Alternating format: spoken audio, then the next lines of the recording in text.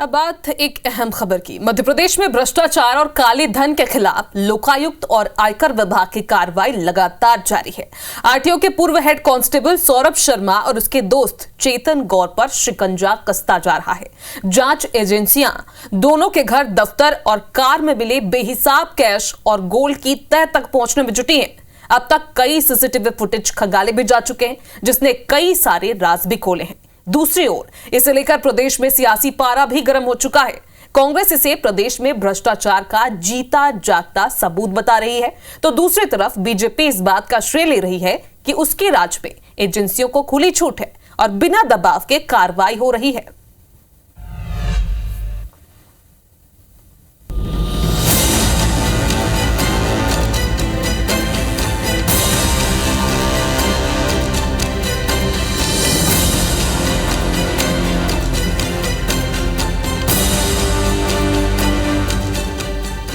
भोपाल के मेंडोरा के जंगल में लावारिस कार में मिले 52 किलो सोना और 10 करोड़ रुपए के कैश के मामले में रोजाना नए खुलासे हो रहे हैं। अभी तक ये साफ नहीं हो पा रहा था कि जिस कार में कैश मिला है वो किसकी है, लेकिन इससे जुड़ा एक सीसीटीवी फुटेज सामने आया है, जिसमें साफ देखा जा सकता है कि ये इनोवा क्रिस्टा कार चेतन गौर के घर के पोर्च में खड़ी है।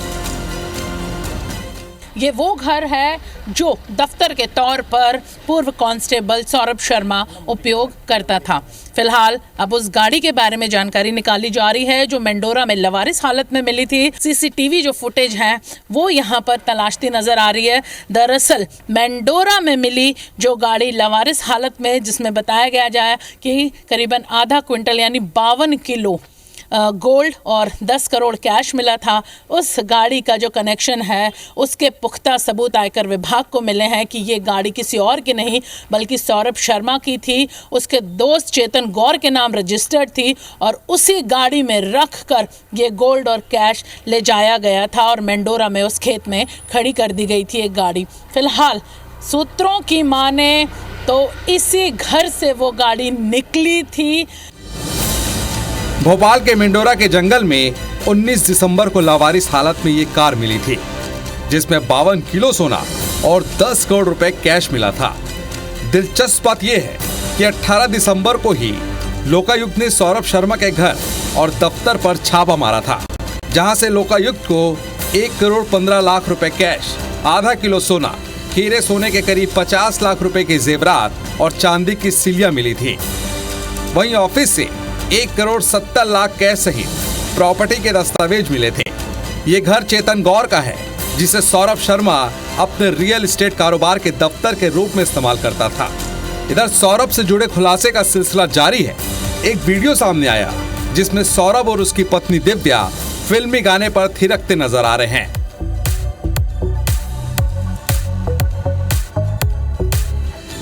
आयकर छापे ने प्रदेश में भ्रष्टाचार के मुद्दे को एक बार फिर केंद्र में ला दिया है।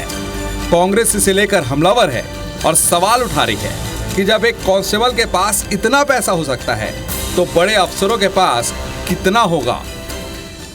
देखिए, बीजेपी का वायदा था काला धन लाने का। काला धन तो नहीं आया, लेकिन मध्य प्रदेश में पीला धन आ गया। मैंने एक वीडियो जारी करके आशंका जाहिर की थी कि जो सीसीटीवी फुटेजेस हैं वो डिलीट हो सकते हैं।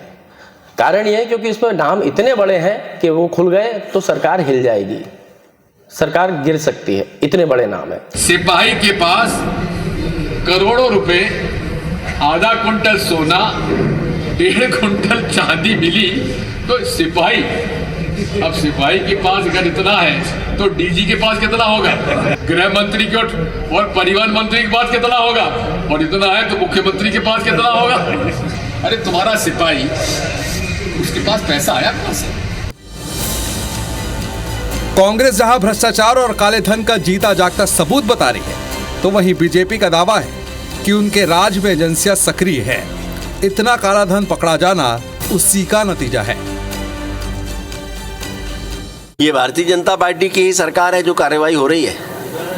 कांग्रेस की सरकारों में आपने कभी सुना कि कहीं छापे पड़ते थे, कहीं कार्रवाई होती थी? जो कार्यवाही करे वही दोषी। तो ये कांग्रेस के खेल और कहानियां हैं, और उसके तार कहां कहां निकलेंगे ये अभी कौन जानता है।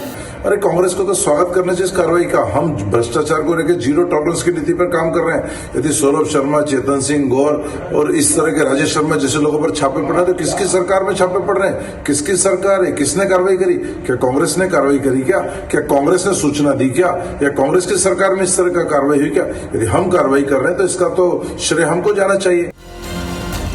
पुलिस ने इस मामले में कार के मालिक चेतन गौर को गिरफ्तार कर लिया है। हालांकि उसका दोस्त सौरभ शर्मा और उसकी पत्नी दिव्या दुबई में है। पुलिस उनके लौटने का इंतजार कर रही है। माना यह जा रहा है कि ये काली कमाई सौरभ शर्मा की रियल एस्टेट की काली कमाई नहीं, बल्कि आरटीओ का हेड कांस्टेबल रहते हुए भी काली कमाई की है। इसमें कई रसूखदार और बड़े अधिकारियों के भी शामिल होने की संभावना है, जिनके चेहरे बेनकाब होना अब भी बाकी है।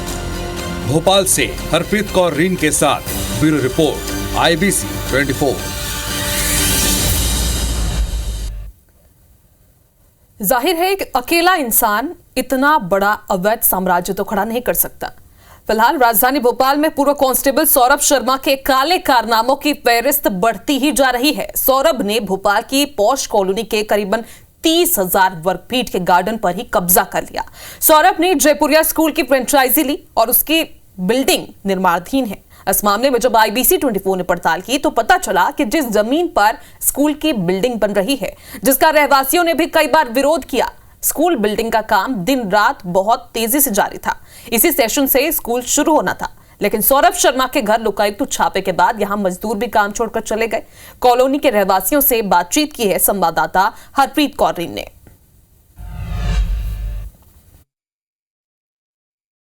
एक और संपत्ति का नजारा आज हम दिखाते हैं जिसे देखकर आप हैरान रह जाएंगे। ये वो संपत्ति है जहां पर एक स्कूल बनाया जा रहा था। शहर के शहपुरा 20 सेक्टर में बन रहे 20,000 स्क्वायर फीट के इस स्कूल में कैसे परमिशन मिल गई इसे बनाने की, ये भी एक रहस्य है, क्योंकि जहां पर ये स्कूल बनाया जा रहा है ये जमीन कॉलोनी के पार्क की थी। अंदर करीबन ये जो बिल्डिंग 1.5 साल से बन रही है, इसमें 10 करोड़ से भी ज़्यादा का जो खर्चा है बताया जा रहा है किया गया। आर्यमन हमारे साथ मौजूद हैं जो पड़ोसी हैं, उनसे बात करेंगे कि आर्यमन, आप लोगों ने कहाँ कहाँ शिकायत की थी और यहाँ पर पहले क्या था? तो पार्क था जहाँ पे हम लोग बच्चे लोग खेलते थे और हम लोग फुटबॉल खेलते थे, लोग बूढ़े लोग वॉकिंग करते थे सुबह सुबह।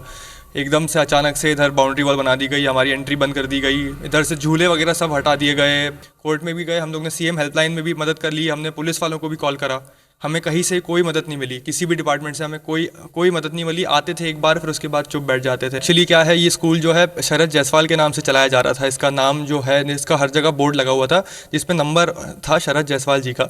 नाम किसी से भी पूछता था किसका है, कौन ओनर है, तो शरद जायसवाल जी का नाम लिया जाता था। जब ये सब हुआ तब उसके बाद पता चला कि ये जो NGO के नाम पे इन लोग ने BDSA की ज़मीन लीज ली है, वो उनकी रिलेशन में है, उनकी मदर है, उनके नाम पे उन्हें ज़मीन लीज आउट करी और फिर शरद जायसवाल के नाम से ये लोग स्कूल का निर्माण कर रहे थे। बिल्कुल देखा जा सकता है कि जैसा कि आर्यमन जो पड़ोसी उन्होंने बताया कि यहाँ पर देर रात तक काम चला करता था। सौरभ भी यहाँ पर आया करता था, उसकी पत्नी और उसकी माँ यहाँ पर आते थे। और एक खास बात यहाँ पर जो आई है, जिस तरह से सौरभ का एक राजदार जो चेतन गौर है, जिसे अभिरक्षा कस्टडी में फिलहाल IT ने लिया, पूछताछ की जा रही है। इसके साथ ही एक और राजदार यहाँ पर सामने आया है, शरद जायसवाल, जिसके बारे में बताया जा रहा है कि तमाम जो काम सौरभ शर्मा यहाँ पर कर रहा था, चाहे वो भ्रष्टाचार से जुड़े हों, बेनामी संपत्ति इकट्ठे करने के, जिस तरीके का काम वो यहाँ कर रहा था, उसका एक और राजदार उसका दोस्त है शरद जायसवाल। और बहुत सारी जो संपत्तियां हैं जो इकट्ठी यहाँ पर खरीदी की गई थी, जमीनें खरीदी गई थी,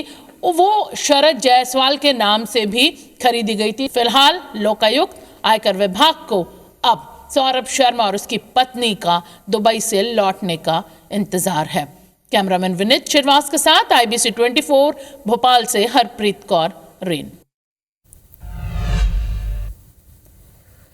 तो ये स्पेशल रिपोर्ट आपने देखी। अब फिलहाल सभी को उस घड़ी का इंतजार है जब परत दर परत पूरे मामले का खुलासा हो सकेगा। फिलहाल अभी के लिए इतना ही। आगे देखिए मध्य प्रदेश का हमारा खास बुलेटिन आकांक्षा पांडे के साथ। नमस्कार।